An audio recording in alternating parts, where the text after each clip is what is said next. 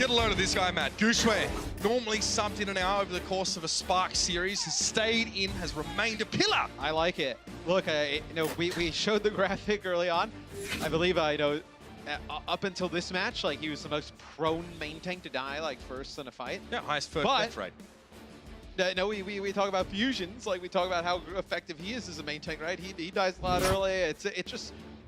He needs somebody to be the aggressor for your team. It's not like, the Shock, right? Like, Super just goes in and he starts going crazy. Like, I mean, look, Bumper, same way. Same for the Eternal. Cruz had like a large amount of first deaths, and they had a great start to the season. You need somebody to get the party started, so to speak. I feel like color scheme, by the way. Yeah. Pink and purple, I dig it. And I feel like with the Spark, now they've been so indecisive and passive that when Gushue plays aggressive, there's no option but to follow him. They have to.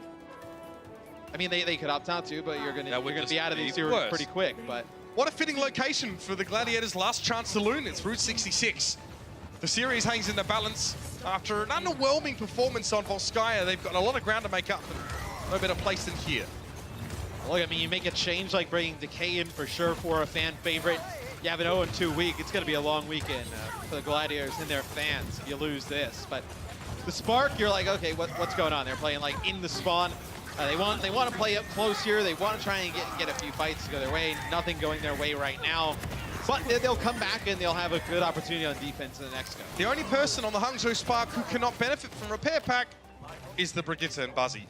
Took a fair bit of damage early on. I think the Gladiators noticed that and said, oh, well, there's no burst healing. Brig can't burst heal herself. We'll charge her down. And they did exactly that. So they win that first fight. I mean, look at this. Shaz, Transcendence just around the corner. Be very happy with that.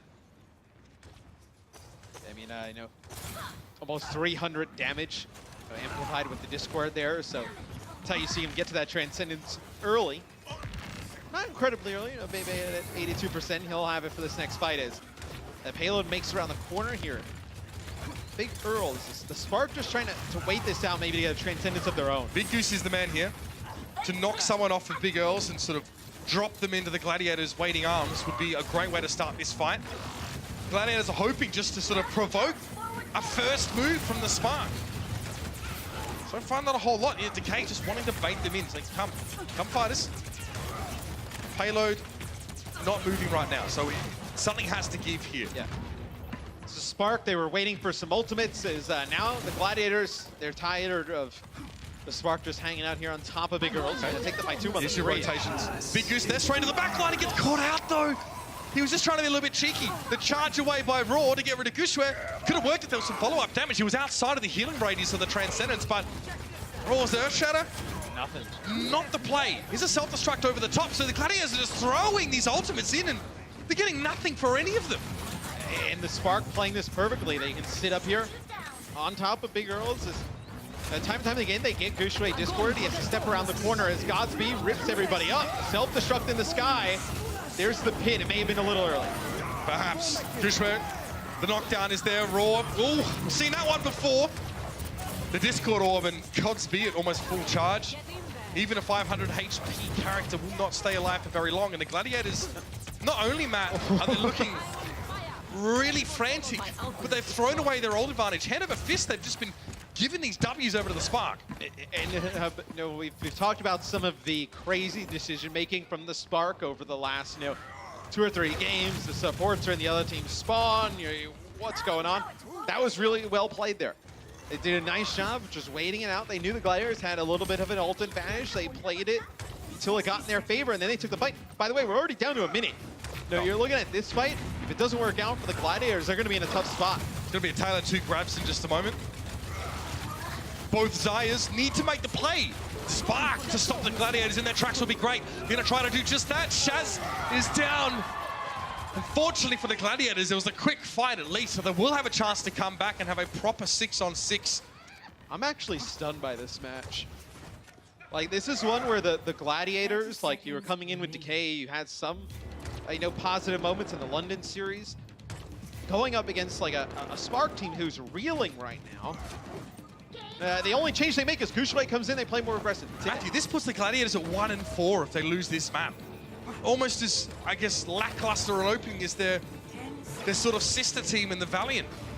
Neither LA team finding success here. This is their last chance to prove the doubters wrong. I mean, Bebe, you know he's waiting to get in with that Transcendence. Decay definitely has a Graviton Surge. That will be the expected exchange. Big Goose, has he gone too far again? Just gets away. Payload contested, it's still held in stasis. There's the Graviton Surge. Straight away, Bebe knows exactly what he has to do. Self-destruct over the top. That was from Hangzhou, like a counter self-destruct. He doesn't find anything either. Gooshway jumps up, but there was no one behind his shield to be knocked down. It's just him affected. He gets Raw, or at least Raw was bashed in that fight. And again, the right half from the Gladiators goes down. The namesake, the first casualty. And Godspeed, just from his perch proudly, sends that particle cannon in. And there's nothing the Gladiators can do but look on and realize now what a titanic job stands in front of them to stay in this series. It's one thing to be aggressive on Lucio. You can't get aggressive a lot, go down low there as Big Goose was up on that high ground. They're forced to use the repair pack to keep him up. And once that happens, the Spark realizing they use the rally, they get aggressive. It forces some ultimates out probably a little bit early there. For the Gladiators, they're not able to kind of dictate the pace there. So the Spark with a very good defensive hold. This is going to have to be crazy for the Gladiators to hold here. With what we've seen from them this far, it does not looking good.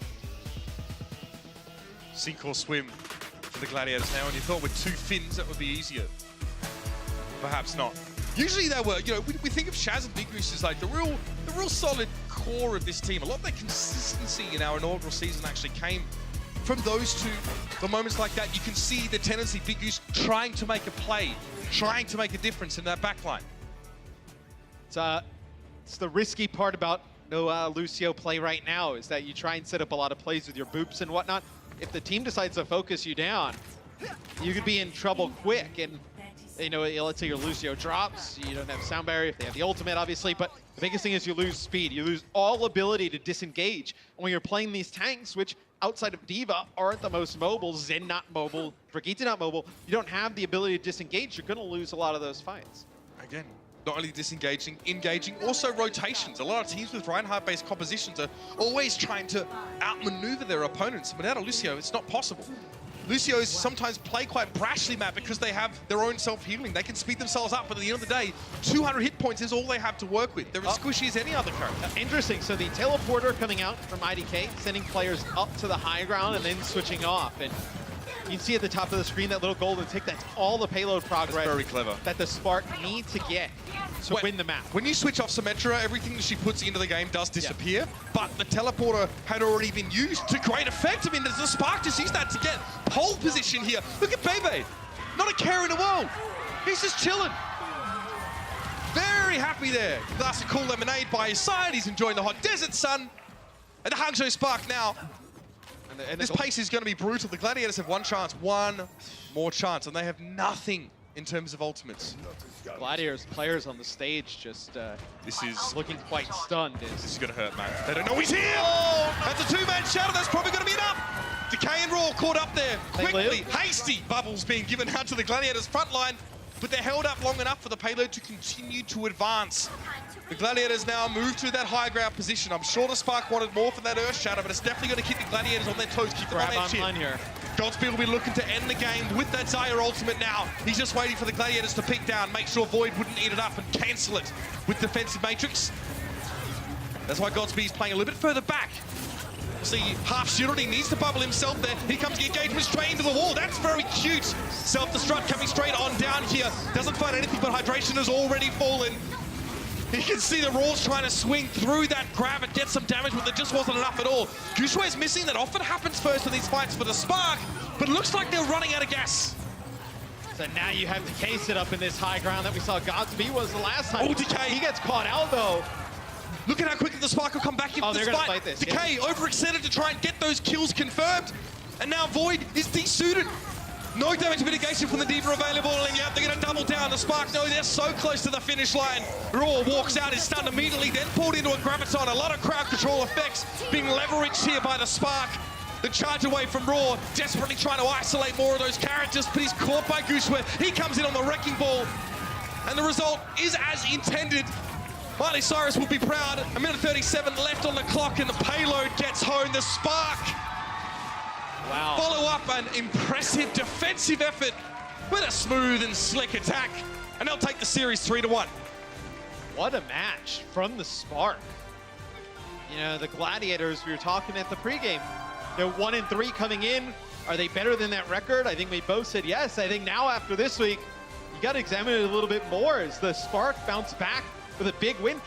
Look, I think a lot of different factors go into the Spark coming out winning today. I think Gushui's aggression and just having to play around that aggression and really speed up the game definitely helped the Spark in this matchup.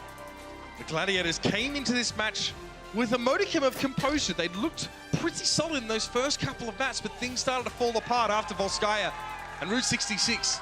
That's definitely going to be something they will look back at and try and figure out where they all went wrong. Frantic and frivolous use of ultimates on their attack early on. Self-destructs being thrown over the edge of Big Earls just to try and find something, and coming out with absolutely nothing. Cheaply lost ultimates. And Decay has a pretty good game throughout the series.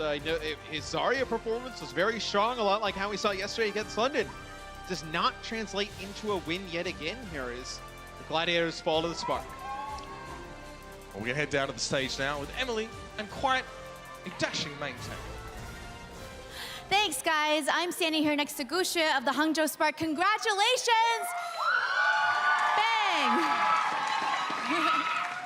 Now, the first question I wanted to ask was, this was the first time that we saw Gusha playing all 4 maps. So, can you maybe explain to us, what was the decision behind that? 这是我们第一次看你4场地图都打了，是为什么呢？因为之前我沟通不是很好嘛，然后大家也紧张的话，就会说很多韩语，我就有点听不懂嘛。然后后面我就开始就也学习了很多韩语嘛，然后基本上大家沟通都现在都会很顺畅，我也能听懂他们说什么。哦，好棒。So in the past, there were some communication issues, and when Gusha would get nervous, sometimes he might not be able to hear what the other players are saying in Korean. But he's been working really hard. He's been improving his Korean, so now it's not really a problem. Now, my second question is, the Spark did suffer through a couple losses, but we did win today. So, how are you feeling, for the rest of the not season, but the stage? 那么我们之前你也知道很遗憾，就是输了几场比赛，但是今天赢了。那么你们有信心吗？你觉得意味着什么？有信心啊，我们会越来越强大的。谢谢粉丝们的支持，谢谢。We're very confident. We're gonna do amazing. Thank you so much to the fans, and back to you guys, Matt and Mr. X and Ubers.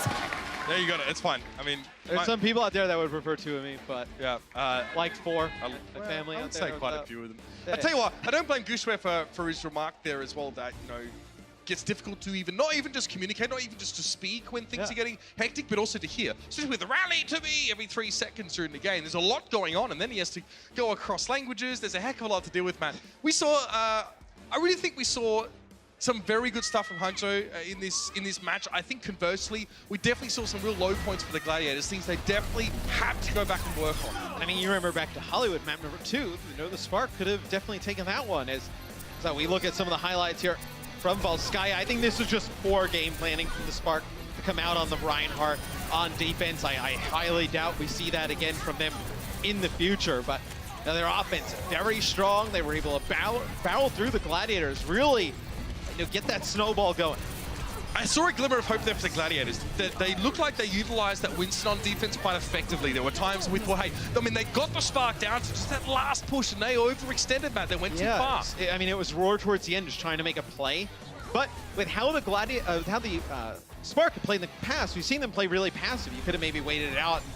This one, I expected this map to be much closer. This was, I'll be honest, this was not good from the Gladiators. Not good at all. You expected to see more fight from the Gladiators, right? You come out, put up a really good showing. Obviously, the Spark played tremendous today, but a team like the Gladiators made it very far in our playoff last year. They bring in some talent. There's more talent this year. Go down like this, 0-2 this week, it's tough. They looked uncertain, Matt. They were very slow when starting a lot of these fights, and as a result, they often found themselves running out of time towards the end of these rounds. They looked almost like how the Spark looked when they lose their 2 matches last week, just really indecisive. Didn't know when they wanted to get aggressive, didn't know when they wanted to just peel back and disengage. Today, the Spark looked much different. They were just go, go, go from the get-go, and it pays off. Makes you wonder as well about communication. We talk about this a lot in Overwatch. There's a lot of moving parts to deal with. But someone who's done very well with difficult communication on his particular roster is our Omen by HP player of the match. I think you know exactly who I'm referring to. Gushue, absolutely deserving it today. Had to be the player of the match. And when you come in as the main tank, you're playing the entire game, you're going up against Roar in what quite frankly was a must-win game for those Sparks' potential chances in the stage. You need to have a strong performance. I really think that even if the stats don't always back it up, I think just his aggressive play really set the tempo for this team today. Yeah, and you heard that stat, you know, most first deaths in fights thrown around a heck of a lot, but this is okay.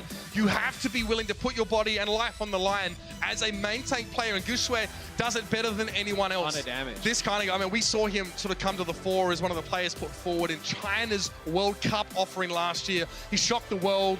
Everyone was very impressed with him, and he definitely walked straight into a spot here in the Overwatch League. Man, let's see now where these two teams respectively are after being 16th and 17th.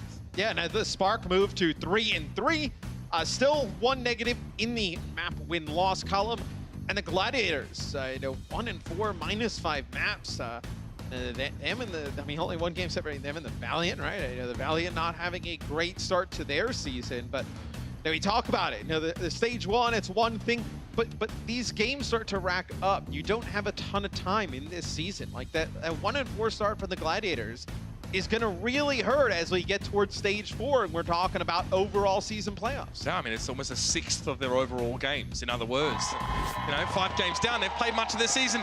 Big shout out to everybody watching us on Disney XD. Thanks for joining us. Coming up next for those that are sticking around, it's the Los Angeles Valiant. Have a hometown to reclaim, but the Guangzhou Charge will be standing in their way. That's going to be a spicy affair for sure. Stick around.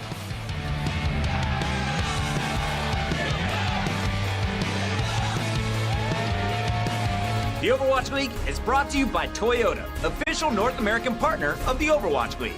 Toyota, let's go places.